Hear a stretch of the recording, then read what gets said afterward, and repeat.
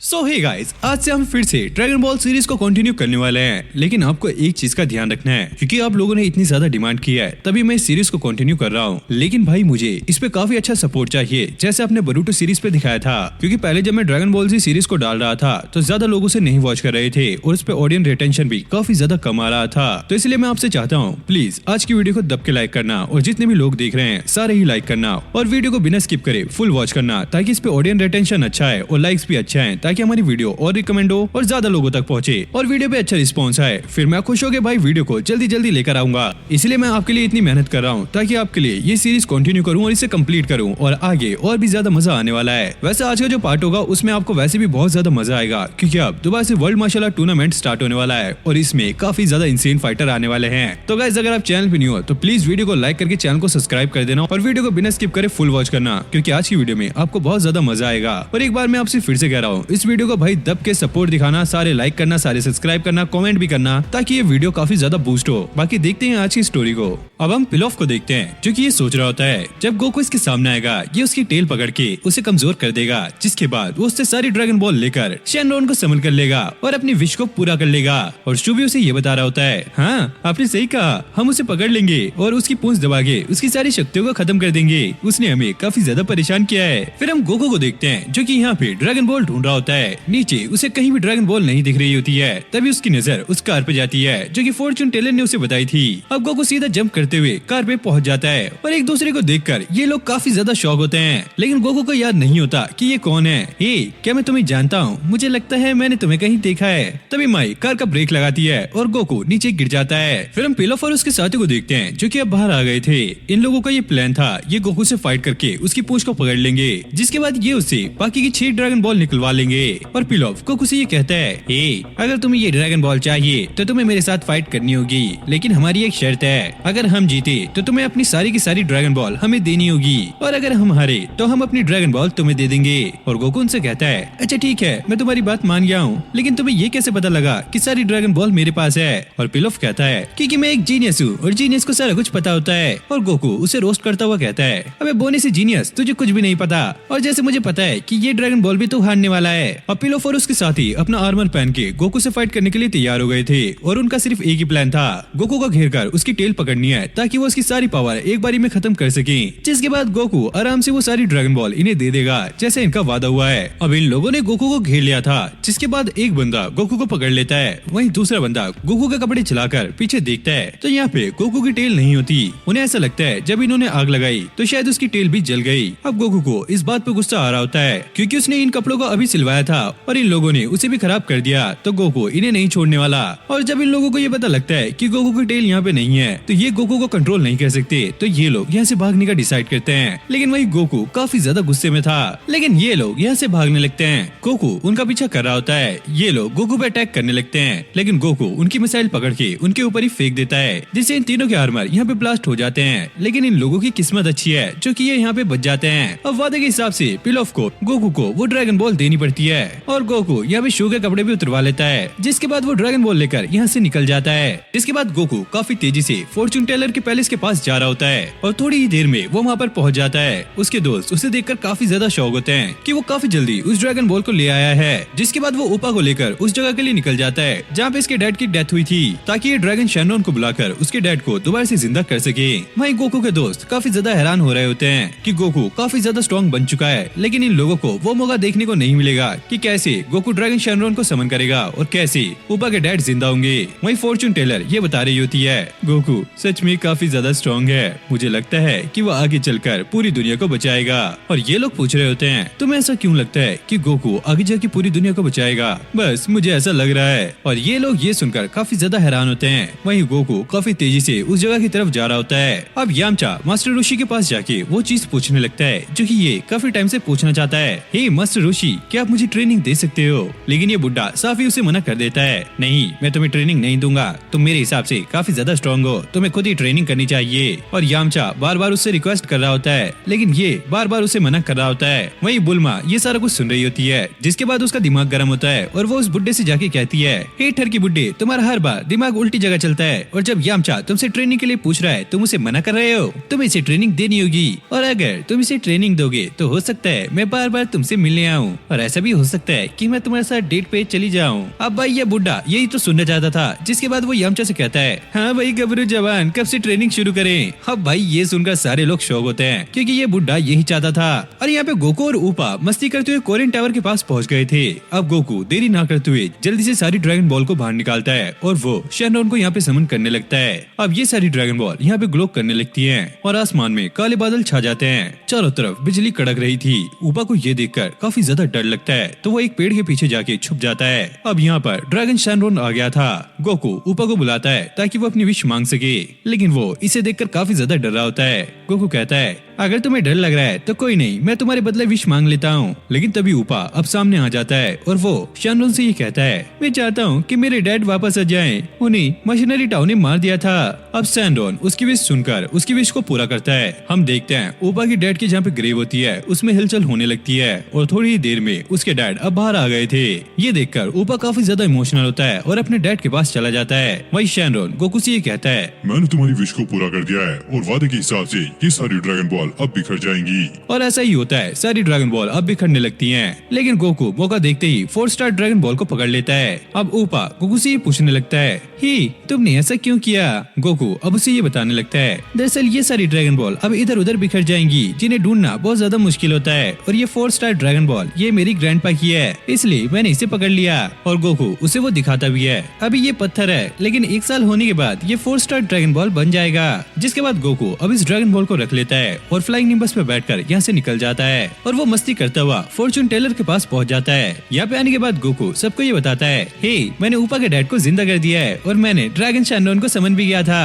और देखो मेरे पास मेरे ग्रैंडपा की ड्रैगन बॉल भी है, मैंने सही टाइम पे इसे कैच कर लिया था और 1 साल होने के बाद ये दोबारा से सही हो जाएगी। अब मुझे बार बार इसे ढूंढने की जरूरत नहीं पड़ेगी। अब सभी लोग ये देखकर काफी ज्यादा खुश होते हैं और वो इस बात से हैरान भी थे कि गोकू ने ड्रैगन बॉल को बिखरने से पहले ही अपनी ड्रैगन बॉल ले ली। अब गोकू कहता है, अब मैं फिर से वर्ल्ड मार्शल आर्ट टूर्नामेंट की तैयारी करूंगा ताकि मैं इस बार जीत सकूं। वहीं यामचा भी उसे ये बताने लगता है, हे गोकू क्या तुम्हें पता है इस बार मास्टर रोशी मुझे ट्रेन करेंगे और ये वर्ल्ड मार्शल आर्ट टूर्नामेंट मैं ही जीतूंगा।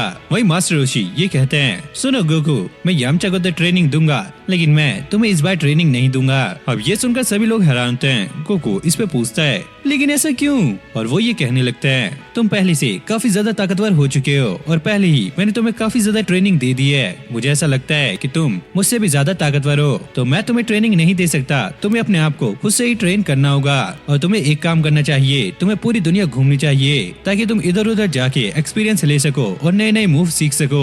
इससे तुम अपनी फाइटिंग स्किल्स को और भी ज्यादा अच्छा कर सकते हो। वहीं क्रिलिन ये कहता है, क्यों ऐसा क्यों? क्या गोकू ऐसे ही 5 साल तक सारी जगह घूमता रहेगा? कहीं वो गुम हो गया तो फिर वो वर्ल्ड मार्शल आर्ट टूर्नामेंट में कैसे पार्टिसिपेट करेगा? और मास्टर रोशी ये कहते हैं, पहले वर्ल्ड मार्शल आर्ट टूर्नामेंट 5-5 सालों में हुआ करता था, लेकिन अब उसका टाइम बदल गया है। अब वो हर 3 सालों में होता है और पहले यहाँ पे बहुत सारा टाइम बीत चुका है, तो मुझे ऐसा लगता है कि वर्ल्ड मार्शल आर्ट टूर्नामेंट जल्दी ही आने वाला है। तो गोकू तुम्हें उसकी तैयारी में लग जाना चाहिए। फिर क्या था, गोकू फ्लाइंग निम्बस को बुलाता है ताकि वो यहाँ से निकल सके, लेकिन मास्टर रोशी उस पर भी मना कर देते हैं, नहीं तुम्हें इसका सहारा नहीं लेना चाहिए, तुम्हें सिर्फ अपनी ताकत का इस्तेमाल करना है। तो तुम्हें यहाँ से पैदल चल के जाना होगा, अगर समुद्र है तो उसे तैर के पार करो, अगर जमीन हो तो उसे चल के पार करो। ऐसे ही तुम्हें अपने आप को ट्रेन करना है ताकि तुम किसी भी सिचुएशन में ढल सको। पहले तो भाई ये गोकू को काफी ज्यादा अजीब लगता है, लेकिन बाद में वो इस आइडिया के लिए मान जाता है। जिसके बाद वो इन लोगों को बाय बोलकर यहाँ से निकल जाता है। लेकिन ये लोग ये देखकर काफी ज्यादा हैरान होते हैं कि भाई गोकू कितना ज्यादा बुद्धू है, वो ऐसे निकल गया जैसे कि वो बाजार में घूमने के लिए जा रहा हो। लेकिन भाई मास्टर रोशी भी इनकी भी वाट लगा देते हैं, चलो हमें भाग के कामे हाउस तक जाना है, सारे लोग भाग के चलो।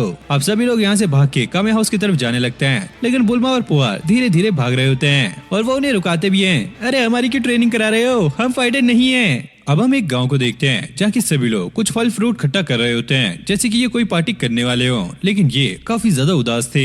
वहीं दूसरी साइड हम गोकू को देखते हैं जो कि भागता भागता इसी तरफ आ रहा होता है और ये इतनी तेज भाग रहा होता है कि अब वो काफी ज्यादा थक चुका था और उसे बहुत ज्यादा भूख लगने लगती है। जब वो इस विलेज की तरफ पहुँचता है, उसे एक लड़की की चिल्लाने की आवाज आती है। वो देखता है एक लड़की एक टाइगर के सामने आकर उससे मदद मांग रही होती है कि कुछ बदमाश उसके गाँव के लोगों को परेशान कर रहे हैं, इसलिए वो इसे पैसे दे रही है ताकि वो इनकी मदद कर कर सके, लेकिन ये टाइगर उससे पैसे भी रख लेता है और उल्टा उसे खाने के लिए तैयार हो जाता है। इंसान खाने में काफी अच्छे होते हैं, तुमने मुझे पैसे देकर काफी अच्छा काम किया और अब मैं तुम्हें खाने वाला हूँ। अब गोकू यहाँ पर आकर कहता है, हे ये तो गलत बात है, तुम उससे पैसे भी ले रहे हो और साथ में उसे खा रहे हो। अब वो लड़की उस टाइगर से कहती है, तुम मुझे मत खाओ, मैं तुम्हें खाना दे रही हूँ, तुम ये खा लो। लेकिन वो टाइगर उन राइस बॉल्स को दूर फेंक देता है। जब मेरे सामने दो इंसान है तो मैं इन चावलों को क्यों खाऊं? और गोकू उस लड़की से पूछता है, हे मुझे भूख लग रही है, क्या मैं इन्हें खा सकता हूँ? और वो लड़की हाँ में जवाब देती है। अब गोकू इन राइस बॉल्स को खा लेता है। अब उसकी बॉडी में थोड़ी सी जान आ गई थी। गोकू उस टाइगर से कहता है, तुम इस लड़की को छोड़ दो,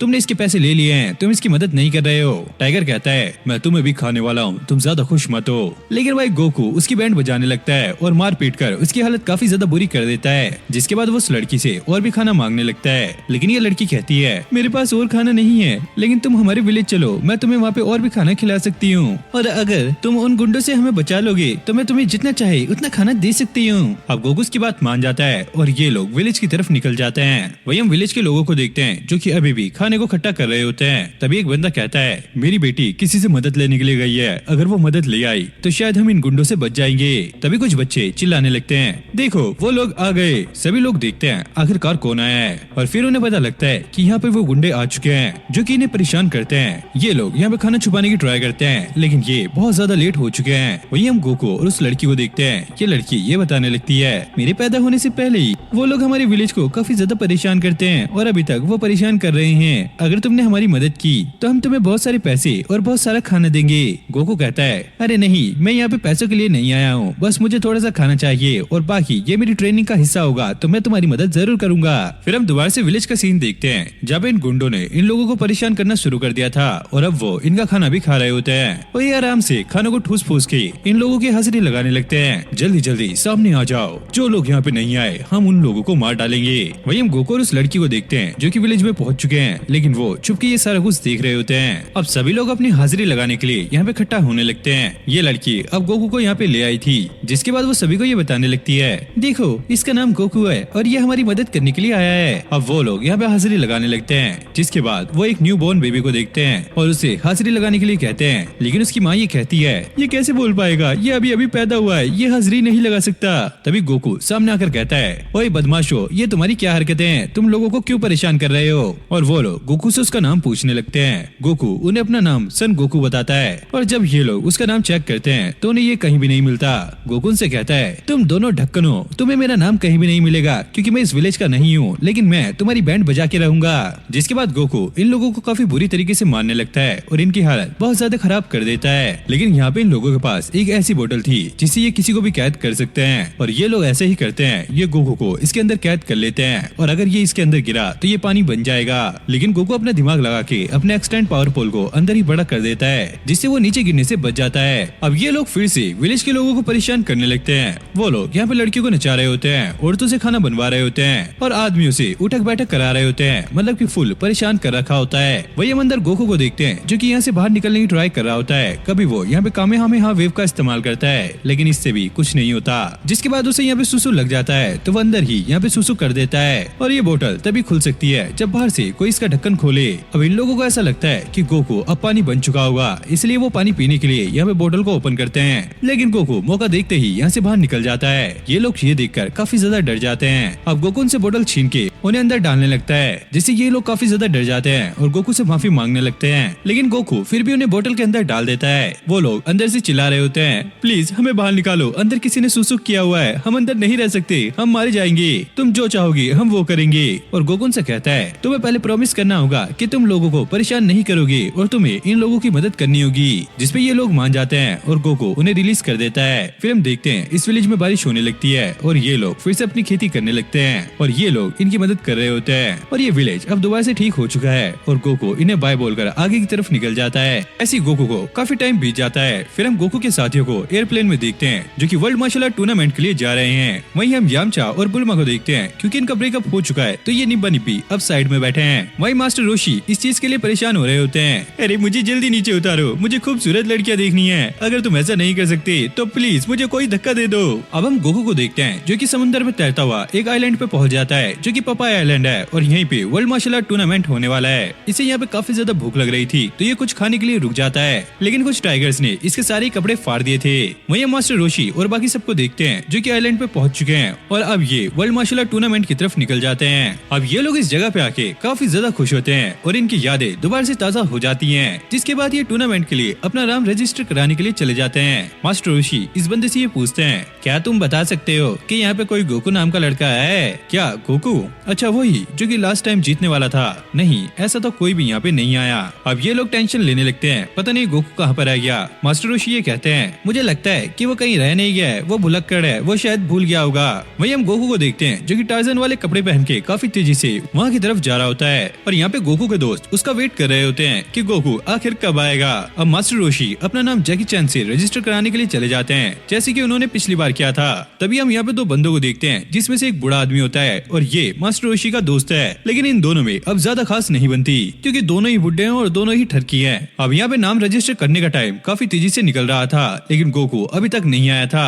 यामचा पुआर से कहता है, हे मेरे पास एक आइडिया है, तुम गोकू में ट्रांसफॉर्म हो जाओ और उसके साइन कर दो। अगर वो आ गया तो काम बन जाएगा, अगर नहीं आया तो कोई बात नहीं। लेकिन लॉन्च उन्हें रुकाते हुए कहती है, जरा सामने देखो वो कौन आ रहा है। और गोकू काफी तेजी से भागता हुआ इनकी तरफ ही आ रहा होता है और गोकू को देखकर ये सब लोग काफी ज्यादा खुश होते हैं। फिर आके वो इनसे हाय हेलो करता है जिसके बाद ये सही समय पे उसका नाम भी लिखवा देते हैं। अब गोकू का नाम भी यहाँ पे लिखा जा चुका है, यानी कि ये वर्ल्ड मार्शल आर्ट टूर्नामेंट में फाइट करने वाला है। मास्टर रोशी उसे देखकर काफी ज्यादा खुश होते हैं और वो इन लोगों को अब पार्टी देने वाले हैं। जिसके बाद ये उसी रेस्टोरेंट में चले जाते हैं जहाँ पे ये पिछले टूर्नामेंट के टाइम गए थे और यहाँ पे जाने के बाद ये लोग भाई दब के खाना खाते हैं और 5 लाख का बिल काट देते हैं। लेकिन यहाँ पे एक प्रॉब्लम होती है, मास्टर रोशी के पास कोई भी पैसे नहीं थे जिससे वो बिल पे कर सके। तो मास्टर रोशी इस होटल वाले को गोली दे देता है, देखो पिछली बार भी मैंने तुम्हारा बिल दिया था ना 5 लाख का, इस बार भी हम ये टूर्नामेंट जीतने वाले हैं तो मैं तुम्हारा बिल दे दूंगा, तुम टेंशन मत लो यार। जिसके बाद ये सारे लोग अब होटल में आ गए थे और फिर यहाँ पे आराम करने लगते हैं। लेकिन मास्टर रोशी अपना ठरकी बना दिखा रहे होते हैं। लेकिन गोकू यहाँ पे चुपचाप सो गया था। लेकिन क्रिलिन को अभी नींद नहीं आ रही थी तो वो प्रैक्टिस करने के लिए बाहर चला जाता है और यामचा भी इसके साथ होता है। लेकिन जैसे ही आगे जाते हैं ये लोग देखते हैं कि सारे ही लोग यहाँ पे प्रैक्टिस कर रहे हैं जिनसे इनका कॉन्फिडेंस और भी ज्यादा लो हो जाता है। फिर हम अगली सुबह का सीन देखते हैं और आज है एलिमिनेशन राउंड और ये सारे लड़के अपनी ड्रेस पहन के तैयार हो जाते हैं। तभी ये लोग नोटिस करते हैं मास्टर रोशी यहाँ पर नहीं है। लेकिन तभी अचानक यहाँ पे हम जैकी चैन को देखते हैं, यानी कि मास्टर रोशी अब जैकी चैन बन के आ चुके हैं और ये लोग उन्हें देखकर काफी ज्यादा खुश होते हैं। अब एक बंदा यहाँ पे अनाउंसमेंट करने लगता है, वर्ल्ड मार्शल आर्ट टूर्नामेंट आज स्टार्ट होने वाला है और इसकी पॉपुलैरिटी पहले से काफी ज्यादा बढ़ चुकी है और हमने इसका टाइम 3 साल तक कर दिया है और इसी वजह से इसका विनिंग प्राइस भी काफी ज्यादा हो चुका है। तो देखना यह है कि इस मैच में कौन जीतने वाला है जो इस प्राइस को अपने घर लेके जाएगा। अब यहाँ पे ओपोनेंट सिलेक्शन का टाइम आ जाता है जिसके बाद ये आगे जाके बॉक्स में से एक पर्ची निकालते हैं जिसमें इनके ओपोनेंट का नाम लिखा होता है। लेकिन यामचा ये सोच के परेशान हो रहा होता है कहीं उसका ओपोनेंट उसके दोस्तों में से कोई निकला तो उसमें से सिर्फ एक ही आगे जा सकता है। लेकिन जब सबकी यहाँ पे स्लिप निकल जाती है तो इन्हें पता लगता है इनके ओपोनेंट इनके दोस्त नहीं है बल्कि सबके अलग अलग ब्लॉक बने हुए हैं जिनसे इन्हें फाइट करनी है। अब एलिमिनेशन राउंड स्टार्ट हो गया था। वहीं हम क्रेन हर्मिट को देखते हैं, मतलब उनके साथी को देखते हैं जो कि काफी ज्यादा कॉन्फिडेंट दिख रहे थे। अब सबसे पहली बारी थी यामचा की। उसके सामने एक ओपोनेंट आता है जो कि अपनी अलग अलग ट्रिक लगा रहा था उसको हराने के लिए, लेकिन यामचा उसे एक ही पंच में नॉकआउट कर देता है। अब यामचा जीतने के बाद बाहर आ गया था। वो सामने देखता है कि क्रिलिन की भी फाइट स्टार्ट होने वाली है। जब इसका ओपोनेंट सामने आता है तो ये काफी हट्टा कट्टा एक भारी भरकम इंसान होता है। मुझे तो ऐसा लगता है कि क्रिलिन की किस्मत शुरू से ही खराब है, लेकिन क्रिलिन अब पहले जैसा नहीं रहा। जब इनकी फाइट स्टार्ट होती है तो ये बंदा क्रिलिन को काफी ज्यादा परेशान कर रहा होता है, लेकिन क्रिलिन उसकी उंगली पकड़ के उसे एक धोबी पछाड़ देता है जिससे ये बंदा एलिमिनेट हो जाता है और क्रिलिन यहाँ पे जीत जाता है। अब गोकू और उसके साथी यहाँ पे खड़े हुए बात कर रहे होते हैं। तभी क्रेन हर्मिट के लोग यहाँ पे आके उनकी बेइज्जती करने लगते हैं। तुम लोग क्या बकवास हो, तुमने तो काफी बेकार मूव किए। मुझे तो लगता है कि ज्यादा देर तुम इस मैच में नहीं टिक पाओगे। तुम्हारे मूव बिल्कुल बकवास थे। वो तो तुम्हारी किस्मत अच्छी थी क्योंकि तुम एलिमिनेशन राउंड जीत गए, लेकिन आगे देखते हैं क्या तुम जीत पाओगे। और गोकू जैसे ही इन्हें देखता है गोकू को याद आ जाता है जब वो अपने सफर पे निकला था तो ये लोग उसे वहाँ पे मिले थे और ये लोग बहुत ज्यादा बेकार आदमी हैं और ये गोकू को भी हरा सकते हैं। अब ऐसे ही इन लोगों में बहस शुरू हो जाती है और ये लोग यहीं पे लड़ना स्टार्ट करने वाले थे,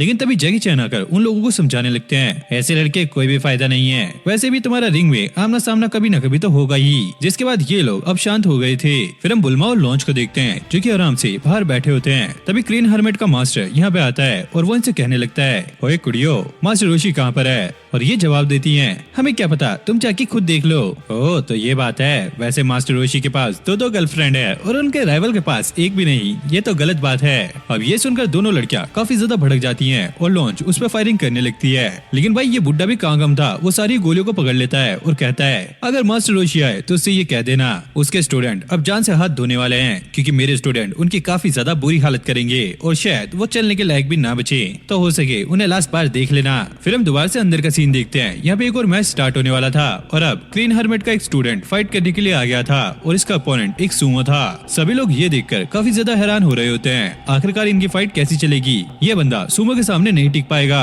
लेकिन जैसे इनकी फाइट स्टार्ट होती है, ग्रीन हर्मिट का स्टूडेंट उस पर कुछ ही मूव करता है और ये सूमो यहीं पे एलिमिनेट हो जाता है। ये देखकर सभी लोग काफी ज्यादा शॉक होते हैं। वहीं गोकू और उसके साथियों को ये समझ आ गया था ग्रीन हर्मिट का स्टूडेंट काफी ज्यादा स्ट्रॉन्ग है। और अब बारी आ गई थी गोकू की और इसका ओपोनेंट था किंग चापा, जो कि स्ट्रॉन्गेस्ट मैन अलाइव माना जाता है, क्योंकि भाई लोग इसके बारे में काफी जानते हैं। वरना तो यहाँ पे ऐसे भी बंदे हैं जैसे कि मास्टर रोशी और गोकू, जो कि काफी ज्यादा ताकतवर है, लेकिन ये अपना डंका सारी जगह नहीं बजाते।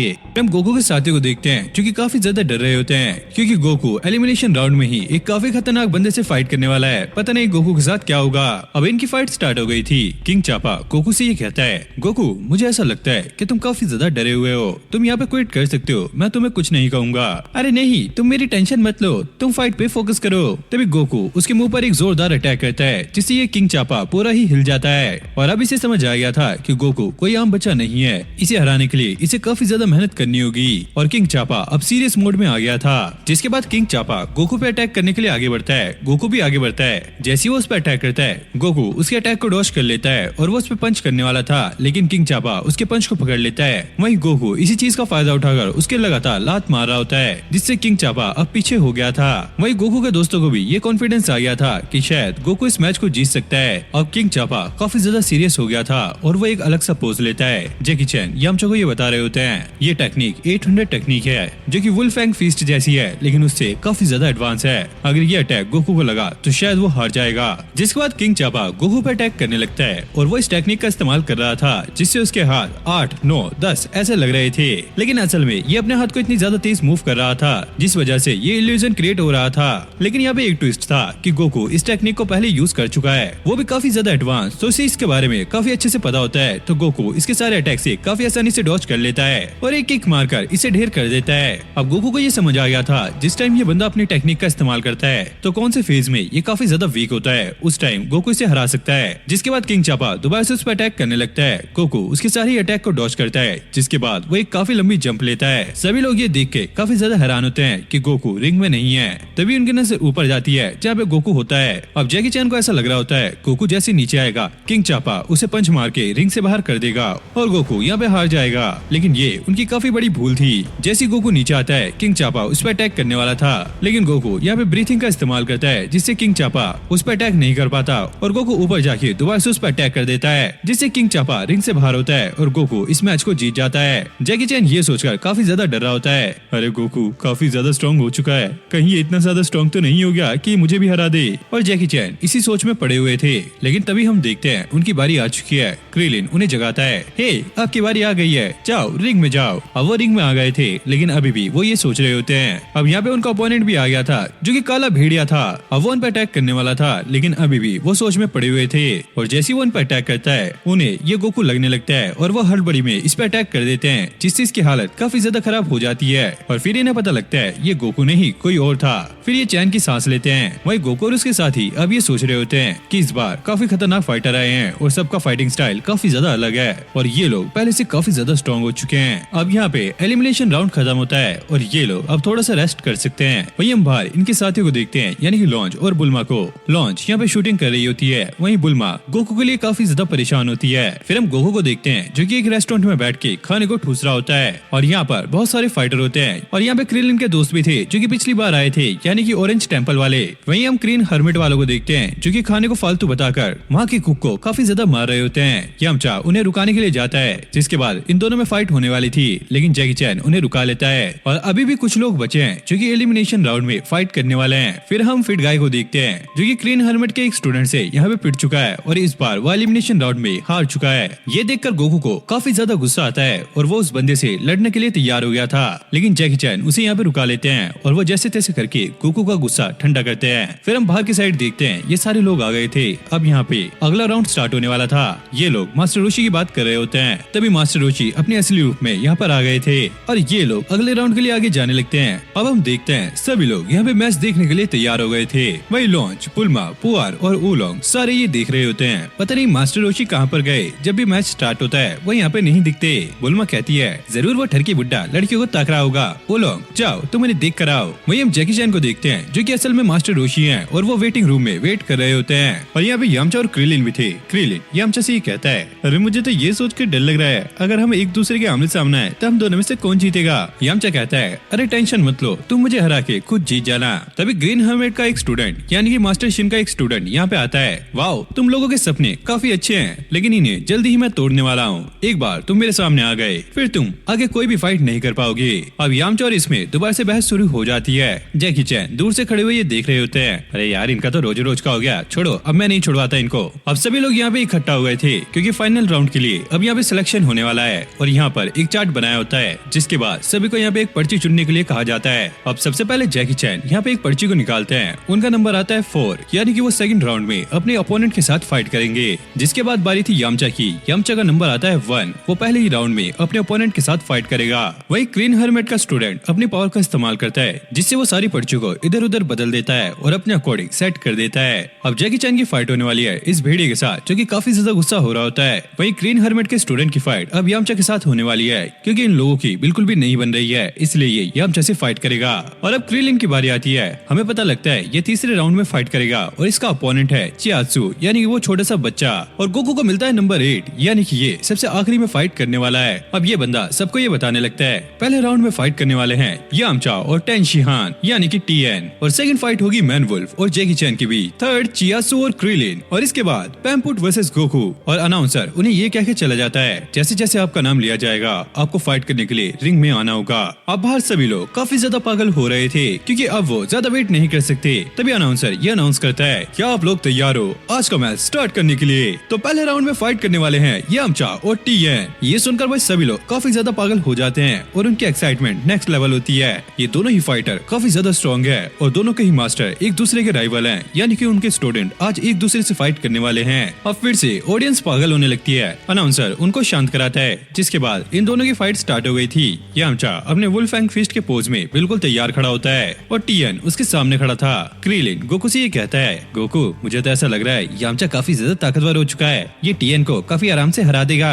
जिस पे गोकू जवाब देता है अरे नहीं मुझे ऐसा नहीं लगता, मैं पहले इससे फाइट कर चुका हूँ, ये काफी ज्यादा ताकतवर है लेकिन उस टाइम मैं भूखा भी था और काफी ज्यादा थका हुआ था। अब यहाँ पे टीएन भी फाइट करने के लिए तैयार था। जिसके बाद अब फाइट स्टार्ट हो गई थी। ये दोनों एक दूसरे पे अटैक करने लगते हैं और ये लोग एक दूसरे पे अंधाधुंध अटैक कर रहे होते हैं। और अभी ये कोई भी स्ट्रेटेजी का इस्तेमाल नहीं करने वाले क्योंकि सबसे पहले ये एक दूसरे की स्ट्रेंथ जानना चाहते हैं ताकि इनको पता लगे इनकी स्ट्रेंथ क्या है और क्या इनकी कमजोरी है। जिसके बाद ये अपने असली मूव का इस्तेमाल करेंगे और ये लोग काफी तेजी से फाइट कर रहे होते हैं। इन दोनों की स्ट्रेंथ लगभग सेम ही थी और फाइट में भी ये दोनों एक दूसरे को बराबरी की टक्कर दे रहे होते हैं। यहाँ पे हमें टीएन की रफ्तार का साफ पता लग रहा होता है लेकिन यामचा उससे भी ज्यादा तेज था क्योंकि वो यहाँ पे वुल्फैंग फीस्ट का इस्तेमाल कर रहा होता है और वुल्फैंग फीस्ट जितना ज्यादा एडवांस होगा उसके यूजर की रफ्तार उतनी ही ज्यादा तेज होगी। और ये लोग लगातार एक दूसरे पे अटैक कर रहे होते हैं, कभी जमीन पे, कभी आसमान में, कभी दीवारों पर। ऐसे ये लगातार एक दूसरे पे अटैक कर रहे होते हैं। ये लोग एक दूसरे की वीकनेस जानने का ट्राई कर रहे होते हैं लेकिन लड़ने के बाद इन्हें ये पता लगता है कि सामने वाले के पास कोई भी वीकनेस नहीं है यानी कि अब इन लोगों को कोई स्ट्रेटेजी लगानी पड़ेगी ताकि ये सामने वाले को हरा सकें। और ये मैच देखने के बाद सभी लोग काफी ज्यादा शॉक हो गए थे क्योंकि उन्हें पता नहीं लग रहा था कि कौन सबसे ज्यादा स्ट्रॉन्ग है और कौन इस मैच को जीतेगा क्योंकि दोनों ही एक दूसरे को बराबरी की टक्कर दे रहे होते हैं। और इसी के साथ ये वाला पार्ट यहीं पे एंड हो जाता है। इस वर्ल्ड मार्शल आर्ट टूर्नामेंट में इस बार काफी ज्यादा इंसेन फाइटर आए हुए हैं जो कि अभी तक हमने देखी भी नहीं है लेकिन आगे के पार्ट में वो आपको देखने को मिलेंगे। तो आगे के पार्ट के लिए तैयार रहना और हाँ इस वीडियो को याद से लाइक कर देना और चैनल पे नहीं हो तो चैनल को भी सब्सक्राइब कर लेना क्योंकि यहाँ पे इसके आगे के पार्ट आपको देखने को मिल जाएंगे। और इस वीडियो पर लाइक टारगेट रखते हैं हम, ज्यादा नहीं, सिर्फ 8K लाइक्स, उसे कंप्लीट करा दोगे तो वीडियो जल्दी आ जाएगी। बाकी मैं मिलता हूँ नेक्स्ट वीडियो में, तब तक के लिए okay, take care, bye bye.